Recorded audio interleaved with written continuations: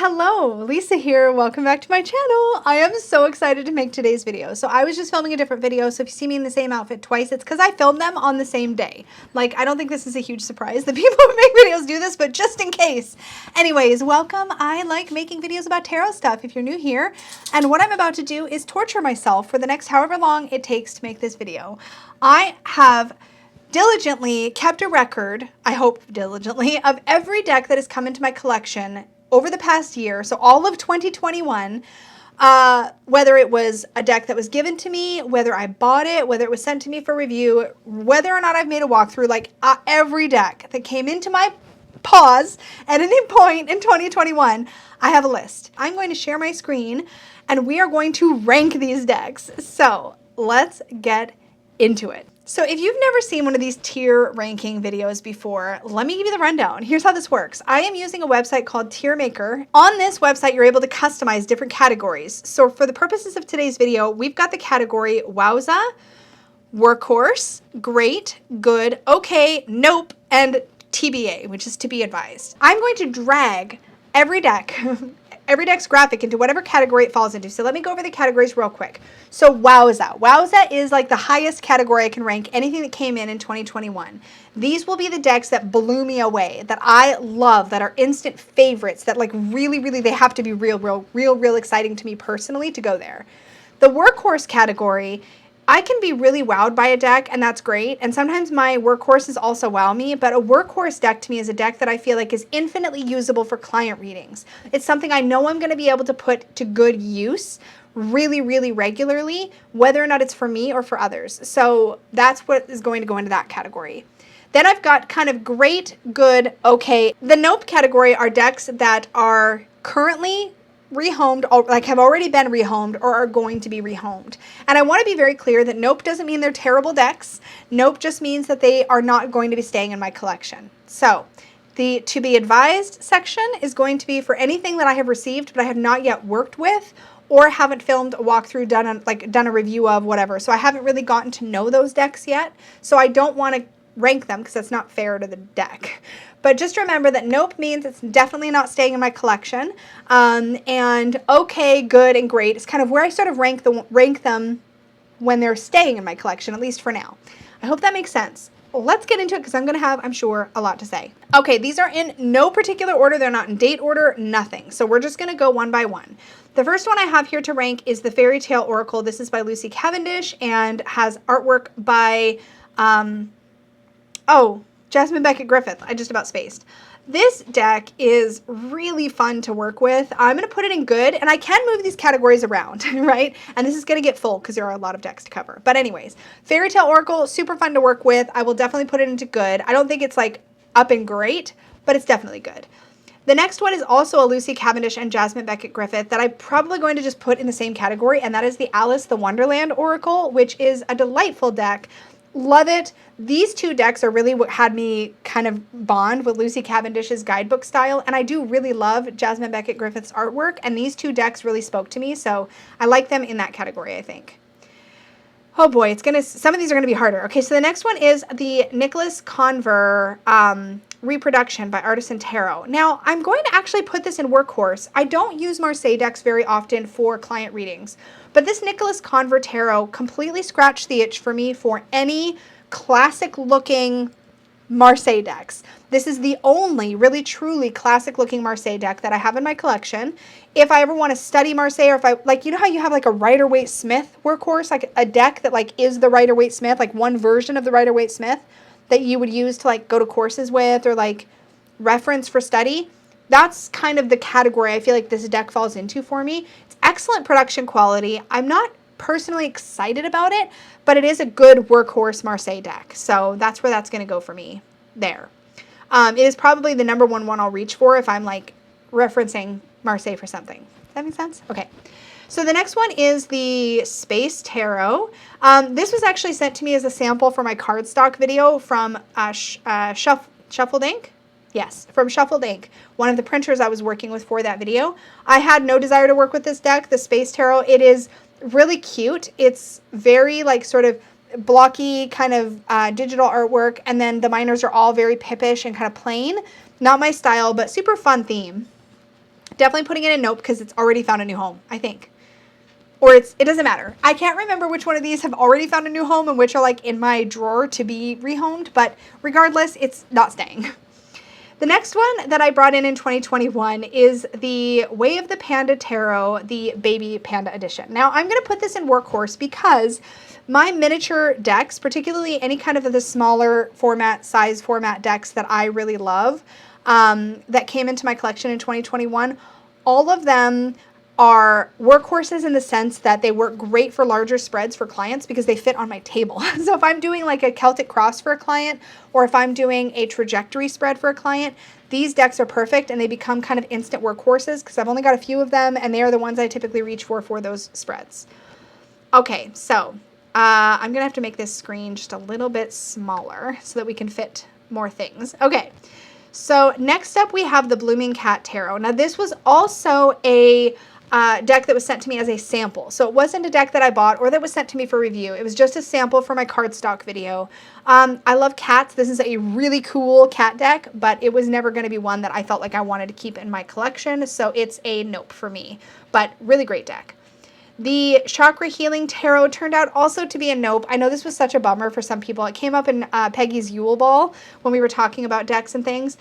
This one, I was really excited because I thought I was really going to gel with all of the Chakra Tarot associations, but this is definitely an area I am extraordinarily picky. And once I really sat with the deck and worked with the deck, it just turned out that it wasn't for me. It's as simple as that.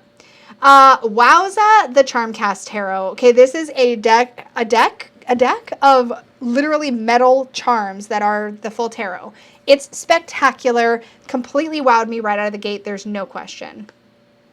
The Chubby Bun Rune deck is going into great. I really, really enjoy that deck. I only have a few rune decks. This one definitely stands at the very tippy top of my faves. I like the illustrations. I like the characters. It's totally my aesthetic. I like the keywords chosen to go with each rune. It's fantastic. But the Chubby Bun Tarot deck was a nope for me. It's a Rider-Waite-Smith clone. It didn't end up being one that I wanted to keep. It was just too... It's adorable. It's adorable. But I have other adorable clones and they're just not getting used. I have TBA for the Coastal Curiosities Oracle. This one was sent to me as a gift by the creator, just like a nice little thank you. I don't really know where me and this deck are going to sit. I haven't had the time to really get to know it or to consider maybe making a video about it. I haven't decided yet if I'm going to make a video about it, but it is one that is interesting and different. I'm just not ultimately sure if the art style is going to be for me. We will see. The production quality, though, is top-notch. The Cosmo Visions. Oh, boy. Okay, so this is going to actually hurt. I think I have to put it into okay. Do I, though? Does that even make sense? Okay, it's going to go into okay for now because I haven't quite landed on how I'm going to be working with it. I tried working with it. It was on a month when I was having just a kind of a tough time connecting with any of my decks, so it didn't really get a fair shake. I loved the entire Kickstarter campaign experience, and the artwork is gorgeous, and it is my favorite of all my James R. Eads tarot decks I've ever touched. But for some reason, I haven't quite sorted out how I'm going to be working with it yet. So it's just sitting there for now because I don't know yet. It's kind of like one step above a TBA in a weird way for me because I don't know. The cute little Lenormand, stay tuned. This came into my collection, but I have not released I have filmed a video, I haven't released it yet, nor have I worked with it yet. So I need a little more time to really land on where I'm going to sit with that one. But it's adorable and the book is amazing. The book is so good. But I just don't feel right ranking it just yet. Okay, this is the Darkness of Light Tarot. I'm going to plunk this into good. It is a good deck. It is a good deck. I enjoyed working with it. I had a great experience. Is it like, it's beautiful in like every way, but it's also not one that I think, oh man, I want to work with the Darkness of Light today. Like it was a perfect seasonal deck for me. I worked with it in November, which was like the perfect month for it. It's like just past Halloween. I'm still kind of craving dark decks, but like it's not a Halloween deck. It's kind of like, you know what I mean? So yeah, didn't end up being one that I'm like over the moon for, but it's a good deck. Okay. Next we have the Divine Feminine Nocturna Tarot. Okay. I'm going to put it in okay. It's beautiful. It's breathtaking. It's stunning. I never think about it. So I have to put it in okay for now because like the Cosmo Visions. It's just like, I don't know where it fits yet. It's beautiful though. It's so pretty and it feels so good to work with. It's just, I don't know. Okay, funny enough, I'm actually going to put the Deviant Moon Paradoxical edition into good. It is, I love, my Deviant Moon original is a wowza. It's a workhorse. It's both, well, I guess it's more a wowza than a workhorse. Love the Deviant Moon, longtime favorite. The Paradoxical I got because it was cool. But I feel like it's more of an accessory to the original Deviant Moon than like its own thing. Like I did work with it in Halloween time, like around October-ish, and it was fun. But like I almost missed my regular Deviant Moon. So I could see this one being one that I don't keep forever. We shall see. I do love having it, if that makes any sense, but it feels like it doesn't get a lot of play. So yeah. The Wisdom, I think this is called the Wisdom of the Dragon Path Oracle. I snarked this when Peggy was trying to declutter it. I had gotten it in a witchy box. I think it was the Spiritual Goodies box, I think. I'd gotten it in a witchy box. Then I gave it to Peggy. She loved it, but she never worked with it, so she decluttered it. And I took it back. So I really want to sit and do a walkthrough of it, but until I do, I really can't decide. The Elemental Power, oh man. Okay, I'm going to stick it in okay. This is such a tricky one, though, because the Elemental Power... Okay, a driver update is available. I don't care. Okay, this is a tricky one, though, because the Elemental Power Tarot, the Major Arcana, amazing. Amazing. Like narrative, it's got this really cool first-person perspective. Really, really cool. The guidebook's incredible. And I do enjoy the deck as a whole. I find that numerologically, it's really interesting to me, and I felt like I learned a lot working with it. But I ended up doing a this or that and trying to turn it into a majors only deck because I thought I'd be excited to reach for it more, and I still haven't reached for it. So it's currently sitting in this like precipice of, am I even going to keep it even though I think it's incredible? I don't know. So it's going to go into okay for now.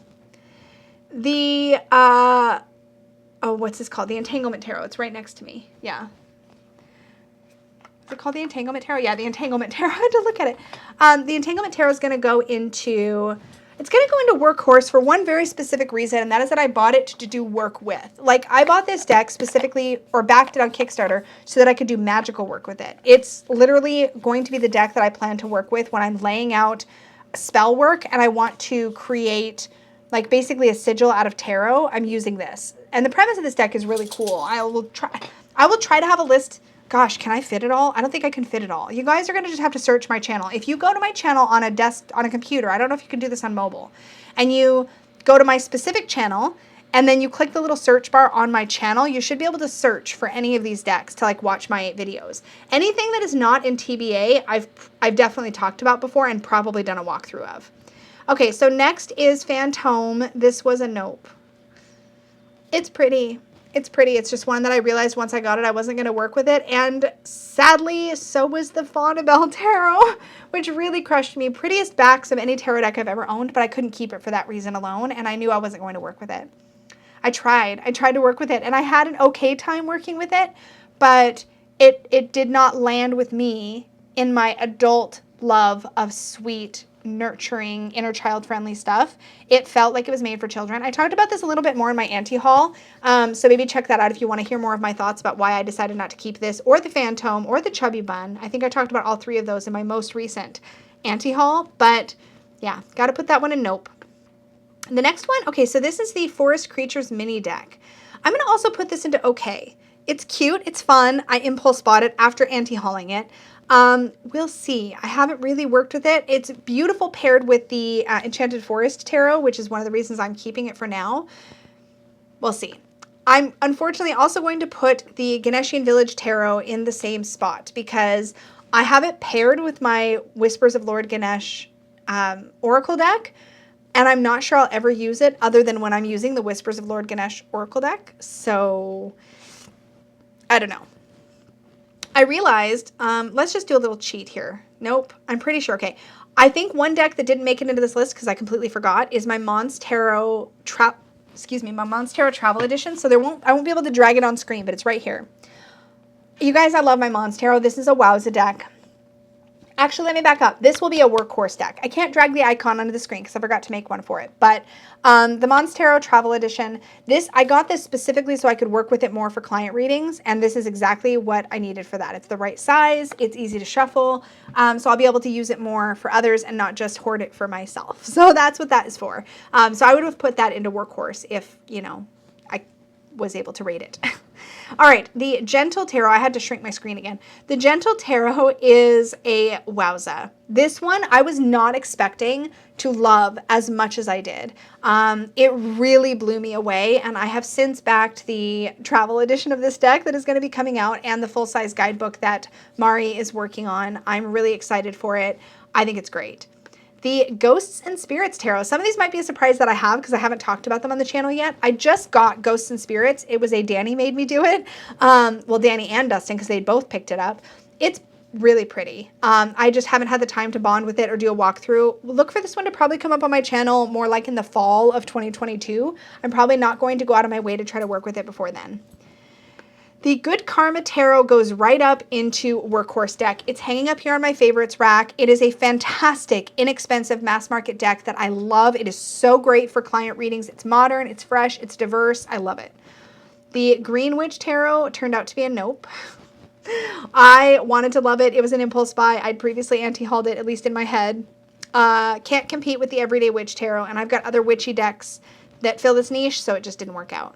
The Healing Waves Tarot, y'all know, was a wowza. That is definitely a stunning ocean deck. I love the energy it was made with. It went right to my heart. The Heavenly Bodies Astrology deck. I really need to put this into great. I would put it into wowza because it's an incredible astrology deck, but I haven't worked with it as much as I thought I would yet. It is amazing. It is everything I want in an astrology deck, and it will probably come up eventually in a this or that against other things in my collection that are astrology based, because it's just so good that it's the only thing I want to reach for astrology, but I just haven't been reaching for it a lot yet.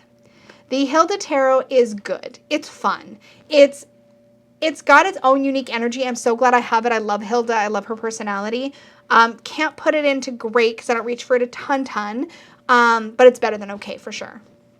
The Light Vision Tarot was a nope. I got it as part of a bundle deal when I got Cosmo Visions and Prisma Visions, but it's monochromatic. I don't know what I was thinking. I just thought maybe I'd like it. I don't know. The Liminal Spirits Oracle was a nope. Again, one that I had anti-hauled and got anyways. Do we sense a pattern here? Like if I anti-haul it, I've already talked myself out of getting it. I probably shouldn't get it anyways. Okay, the Lionscape Tarot. This was sent to me for review. So pretty. Really, you kind of sink into it, but I ultimately decided it wasn't going to work. It was just too like ethereal. Like I couldn't wrap my hands around it. Like physically, I don't know if that makes any sense. Like it felt intangible in a way, and that ended up not working for me. And sadly, the Little Buddha Tarot also was a nope. I ended up rehoming this deck. It is one that it's really sweet, and I loved watching it be created and kind of chatting with the creator as she was making it. It was really fun to watch it evolve, and it's adorable. But I just realized it was, at the end of the day, an adorable Rider-Waite Smith clone, and we might be sensing a trend here, but I've learned that Rider-Waite Smith clones and I tend to not get along over the long term because I just don't get excited to reach for them. The Location Tarot, this was sent to me as a sample, actually, of spot gloss or of UV gloss so that I could use it in my cardstock video. And it is fantastic. It's gorgeous and it's super unique. It is already winging its way across the country to another country, to a new home, to somebody else who's going to check it out. I think it's really well done and beautiful, but much like the Lionscape Tarot, it's a little too intangible for me. Okay, next up we have, what's this called? It's the Relationship Tarot by Deja Druid. This one I'm going to put up here in good. What's it called? I can't see this. I can't make the images any bigger, and I can't remember the name of it all of a sudden. But, gosh, it's bugging me. Relationship. Hold on. We're just going to Google it. We won't show this part. Ah, yes. I had to just look it up. It's the Love Story Oracle by Deja Druid. It's super great. I haven't reached for it a lot. I'm glad I have it. It kind of scratches the itch for other relationship-oriented decks that I might want to get. And sometimes I get questions in client readings where I really want to address those kinds of things, and it's really great for that. But right now, I'm going to say it's a really well-done deck. It's just not one I'm using all the time. And maybe I guess for that, I should probably drop it into okay, like with the Cosmo Visions, because these are all good decks, but decks I'm not reaching for. Yeah, that's where I'm going to stick it for now. Okay, the Luna Soul Tarot Instant Workhorse. I knew when I got it and I did my walkthrough, I was like, this one is going to be, it's going to be a workhorse. I've got to make the graphic smaller again. It's going to be a workhorse. It has to be, because there's something about it. It's diverse. It's got tons of symbology. It illustrates the concepts of the tarot so well. I love it. Tarot of Magical Creatures. Okay, this one has come into my collection as a gift twice. Twice? Yes. I'm pretty sure it came in as gift both times. Both times I re-gifted it. I want to love it. I want to love it the way that Dustin loves it, and I can't. It's just, it is adorable. It's so sweet, but I have other sweet, adorable decks that are just a little bit more me, and they always end up coming first. So I've learned my lesson. The Seeker Oracle by Raven Phelan. I really enjoyed this. I enthused like crazy about this. And there's a new one coming out called, oh no, sorry, this is the Messenger Oracle by Raven Phelan. The Seeker Oracle is the one that's coming out. Gorgeous. Gorgeous. I'm hoping to mush them together into a giant mega deck. It's going to be awesome. The Metamorphosis Du Jour. This was a say yes to the deck pick, and it ended up being a nope. It was way too grown up of an anthropomorphic animal deck for me. That's what I have to say about that. The Mystic Male Tarot I never showed. There was a lot of naked boys, which is fine. It's a majors only deck. I did not purchase this. It wasn't sent to me for review. It was sent as a deck sample from the printing company when I was doing the cardstock video. This one just, it just needed to go and find a new home. It needs to go and find a new home. I think it's still in my drawer. But it's not for me. I don't really use majors only decks to begin with, and it's all very, it's its own special thing, not my thing. The Nature Spirit Tarot is an excellent deck, but it did end up being a nope for me. It was sent to me for review. Gorgeous, well done, well thought out. Used to be indie, is now mass market, and I think the guidebook is incredible. I think it covers a lot of ground. It just wasn't going to be one that I was going to use. And the New Chapter Tarot was also sent to me for review. I didn't end up doing a review on this deck because I knew right away it wasn't for me. I didn't connect with it even enough to feel like I could do a proper review of it, like I could do a proper walkthrough, because so much of the art felt like it was talking a different language. Like it wasn't speaking on my level, and I don't know exactly what that was. I know that Dustin loves this deck. I think Danny liked this deck quite a bit as well. It didn't land with me. The Ocean Tarot I'm putting in to be advised. I'm expecting it in the mail any day now. I'm really excited about it, but I haven't worked with it yet. Haven't done a walkthrough yet. Can't comment. The Oracle of Echoes, the new edition, is a workhorse for me. The Oracle of Echoes has always been a workhorse for me. It's a wonderful oracle. It pairs well with just about anything for a client reading, and I love reaching for it. It just works in so many different situations. The Pear Tree Oracle is a fantastic, beautiful deck by my friend Danny, and I am incredibly biased, so do with that as you will. If I was not friends with Danny, if I didn't know what this deck meant to her, which makes it mean more to me, would it be the same? I don't know. Probably not, if I'm being completely honest. It is a beautiful, well-done deck. The keywords work for me, and I love this setting, and it actually is wonderful for me because it gives me a deck I can pair with some of my older art style decks that doesn't kind of pull me out of the world. And before this deck, I only had one other one, and it was the Botanical Inspirations deck by US Games that has a vintagey feel. It's nice to have something that feels like that I can pair with decks. So when I'm pairing an oracle, I can have something that kind of fits aesthetically. And for that reason, I love it a lot. And because it's Danny's creation, and I know how much it means to her, and therefore it means a lot to me. And I think it's beautiful. It's a great deck. It's a great deck. Roxy Sims Pearls of Wisdom Tarot is also a great deck, but I have to stick it into nope because I am not going to be keeping it in my collection. If it were bigger, I probably would have kept it. I recently decided not to buy the bigger version because I've got so many deep dive decks, but Roxy's artwork is really bright, vivid, detailed, busy in a beautiful, cool, powerful way. And the form factor, the smaller card size, just makes them hard for me to work with.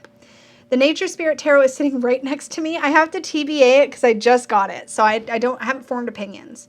The Portals of Presence is a wowza. I have been working with Deborah Cove Chapin's Soul Cards Oracle decks for years and years and years and years and years and years and years. They mean a lot to me. This one I pulled out to do some work with a friend, and it knocked my socks off. It is so good. It literally feels like portals. I don't know how else to describe it. It's incredible.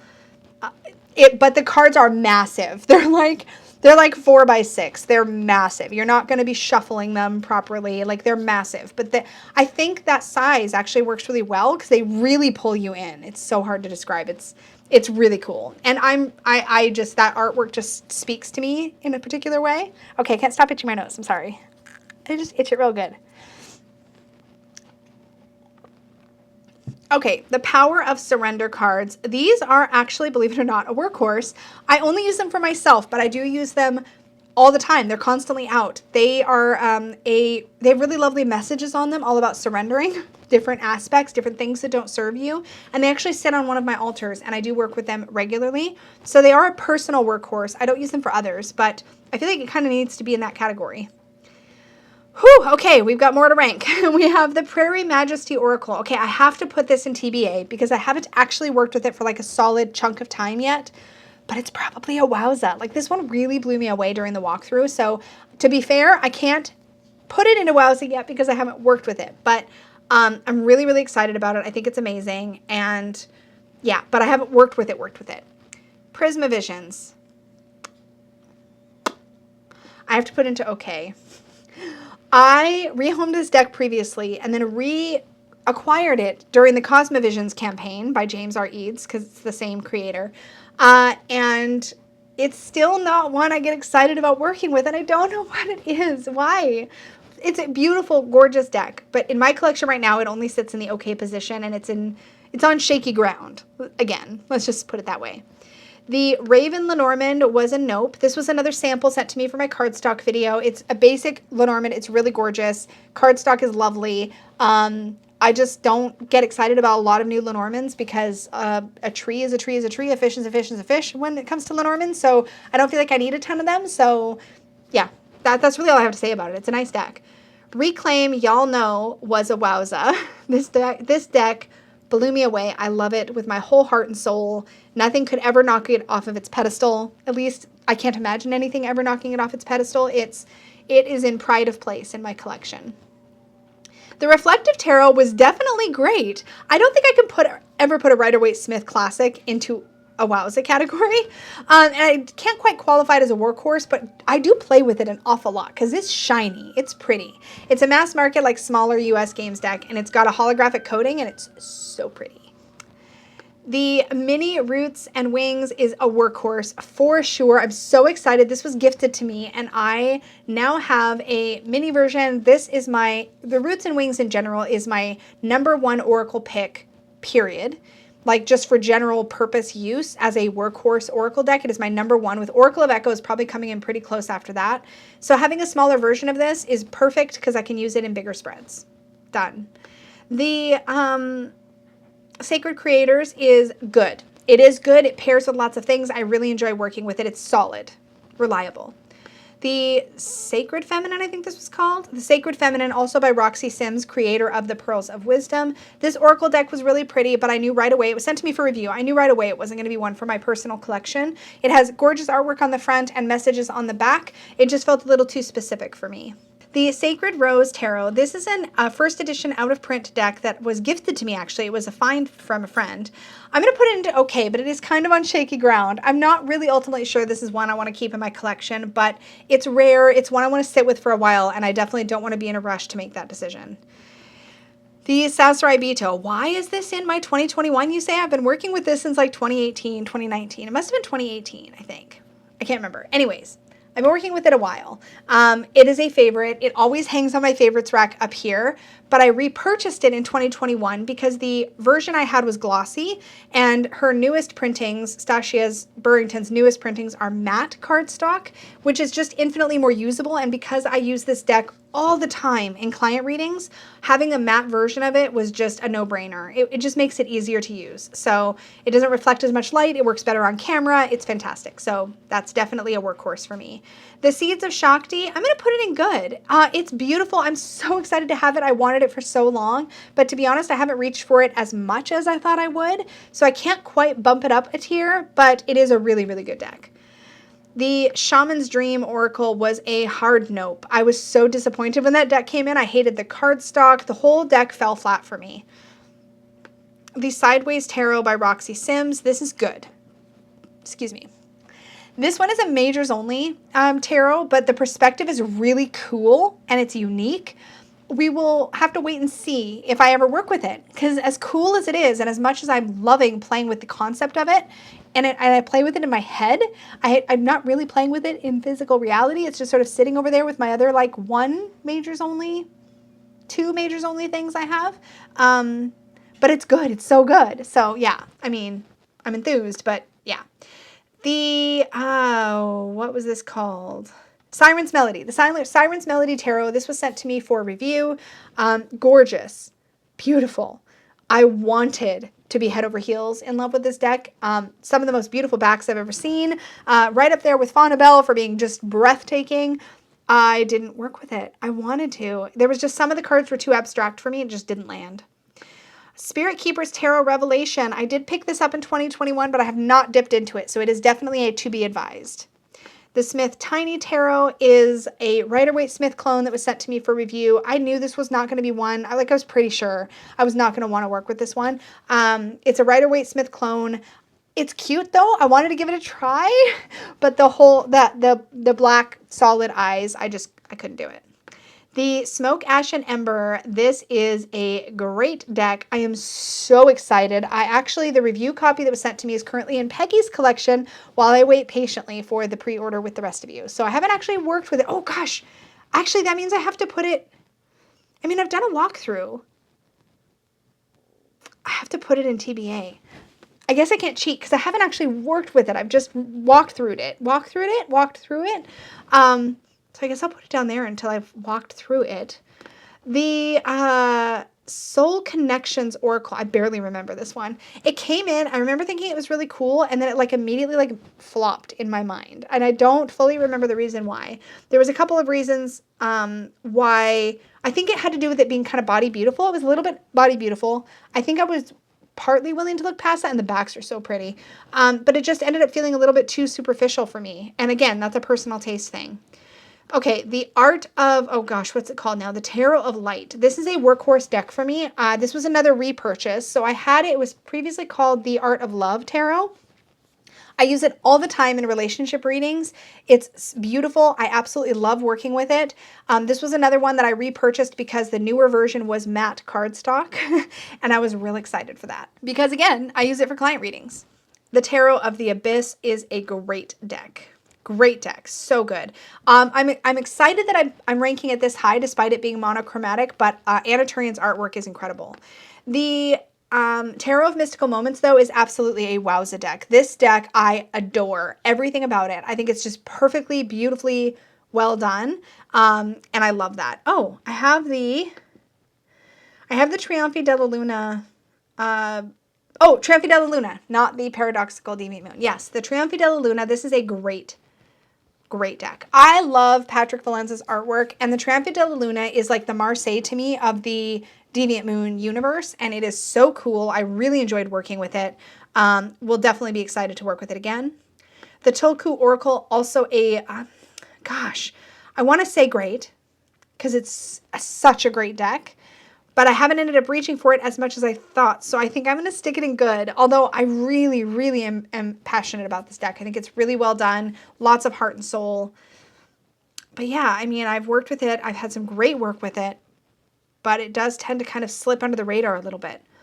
The Wild Unknown Pocket Tarot is a workhorse. I think just having it in the smaller form factor and kind of revisiting it got me excited about it all over again. And I have actually used it in client readings several times and really enjoyed the experience. The Vampire Tarot. This one was a wowza. I want to caveat this a bit. It's very specific. I think I'm going to work with it in the fall time, but this took me down such a cool rabbit hole. rabbit hole of learning all about Bram Stoker's Dracula and reading it and like watching movie and like just go. I read Cliff's Notes. I read the whole novel. It took me down this really cool little path, and it was just unexpected. I didn't think I was going to enthuse about it the way that I ended up enthusing. The Ocean Oracle, Whispers of the Ocean Oracle, is good, solid. I love having an Ocean Oracle to pair with Ocean Tarot, and this one is just beautiful. It really gives you that underwater feel. Okay, what is this? What is this? Oh, the Zombie Oracle. I'm also going to put this into good. This is a great one for pairing with the Zombie Tarot. This was a deck created by our very own Orshi, who is Dragorsi's Tarot here on YouTube. Wonderful deck. Really enjoyed working with it this Halloween. The Tarot of Delphi has to be a wowza. This was sent to me as a gift this year. I was blown away. This is an incredible deck that sat on my wish list for years. I am so grateful to have it in hand. It is super special, and it knocked my socks off. Same with the Dream Vision Tarot. This was one I backed on Kickstarter. I expected to enjoy it when it came in. I thought it would probably be in this like good tier, and this one turned out to be a holy moly brand new favorite, like right shot up to the top of my list. It was incredible. Really excited every time I reach for it. The Enchanted Tarot. I'm gonna stick this in good. The Enchanted Tarot 25th Anniversary Edition, really stunning collage, really large cards, so they're a little unwieldy to use, but really, maybe I'm going to put it down in okay. Okay, if I was ranking like the quality of the artwork, it'd be right up there in wowza. It's really cool. It's got a lot of texture. It's really funky. It really pulls you in, but it is a little unwieldy, and for that reason, I don't reach for it as much, but it's really good. The Voyager Tarot, I'm going to put this one up in good. I actually thought it was going to be an okay when I bought it. I bought it more for sentimental reasons. You can learn more about that if you watch the video. But it actually did it surprised me. It's definitely one that I'm going to enjoy working with, and I really thought it was going to be one that I was just collecting, which I don't do very often. But I did do in this case, thinking that's what I was doing. And it turned out to be a pretty good reader. I was pretty happily surprised. And the Bumbleberry Hollows Tarot, I'm also going to stick, I kind of want to stick her up in Workhorse, actually. I'm going to.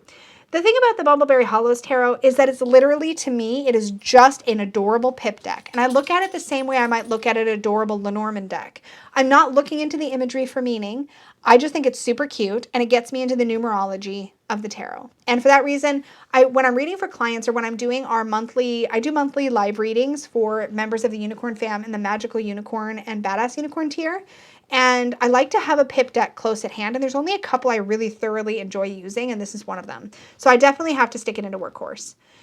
And then next we have, the Goddess on Earth Oracle was definitely, oh, come on now.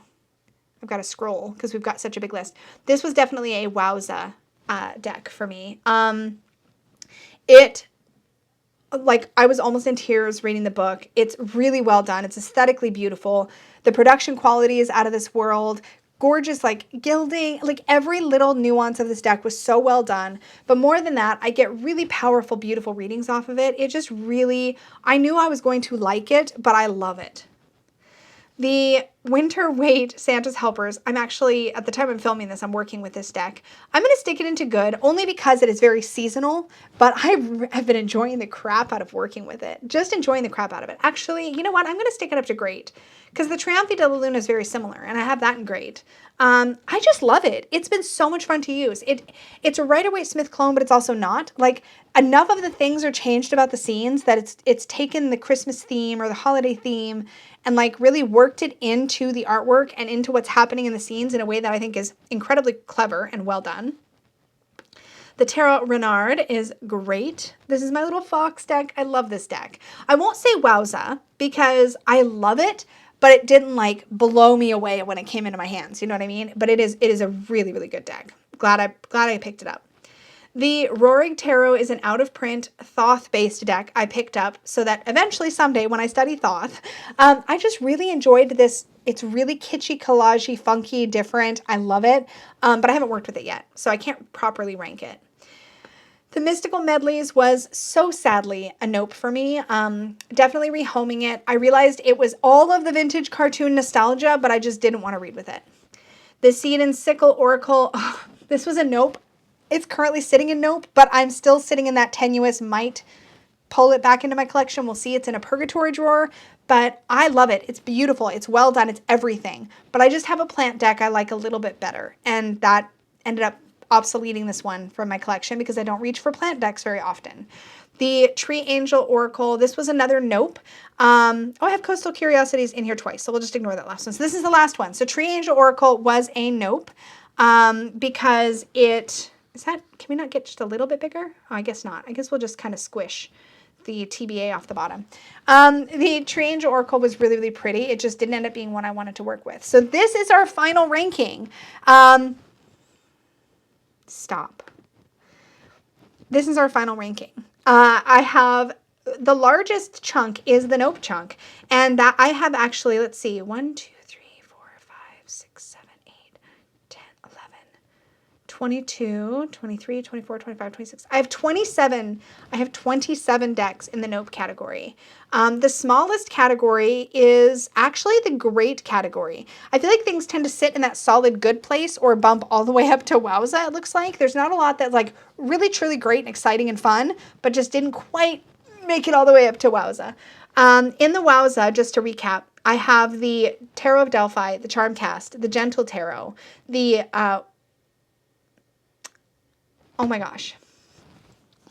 Just to recap, in the Wowza category, I have the Tarot of Delphi, the Charmcast Tarot, the Gentle Tarot, the Healing Waves Tarot, Deborah Cove Chapin's Portals of Presence, the Reclaim Oracle, the Tarot of Mystical Moments, the Vampire Tarot, the Dream Vision Tarot, and the Goddess on Earth Oracle. These are the ones that hit top tier for me in 2021. Are they like... This feels different to me, weirdly, this ranking situation, than saying what are my favorites from the year. But I mean, I think it's kind of clear that the ones in the top would probably have to be my favorites from the year. But there have been some really good, solid things that have come into my collection. I think it's also clear that I'm reaching a point at which when I receive decks for review, I really do try to do critical thinking. Or even when I buy decks, I try to do critical thinking about whether it's going to stay with me or not, so that I'm only keeping the things I know I'm going to work with. And I feel like looking at this list and seeing how many things fell into the Nope category, that I've done a pretty good job of that this year, of being discerning, of not holding on to it just because it was sent to me, of not holding on to it just because I bought it, of really thinking about, am I going to work with it or not? And I do think there are some things here in the okay section, which will probably, some of them I could see finding their way out of my collection within the next year. But we shall see. We shall see. I do, looking at this, kind of want to make a couple little tweaks. I'm going to move the Love Oracle, forget what that's called, up one notch to good. And I really want to move this Enchanted Tarot up one notch to good. Like, if I'm really thinking about what's potentially on the chopping block, this list looks correct now, and it didn't before. I feel like the Relationship Oracle by Deja drew it, and the Enchanted Tarot they don't feel like they're on the chopping block, or they're at risk of being on the chopping block, but the rest of these do. So those ones that are kind of on the verge of like, oh, I'm not sure if I'm going to keep them. Cosmo Visions, possibly. That's weird to think about, but it's possible. Cosmo Visions, Prisma Visions, what was this one?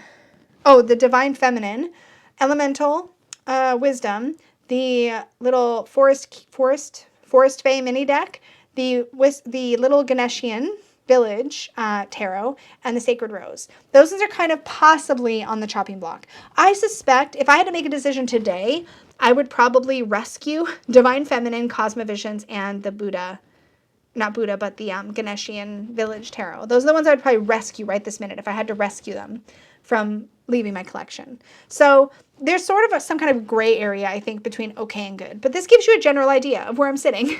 I hope this was fun to watch. It was a lot to sort of prepare for, but this is my full ranking of all the decks that came into my collection in 2021. I hope you enjoyed this. If you did, click the like button, subscribe if you're new here, and don't forget to click that little notification bell so you're notified of all my future videos. Thank you all so, so much, and may your magic always shine from the inside out. Bye, guys!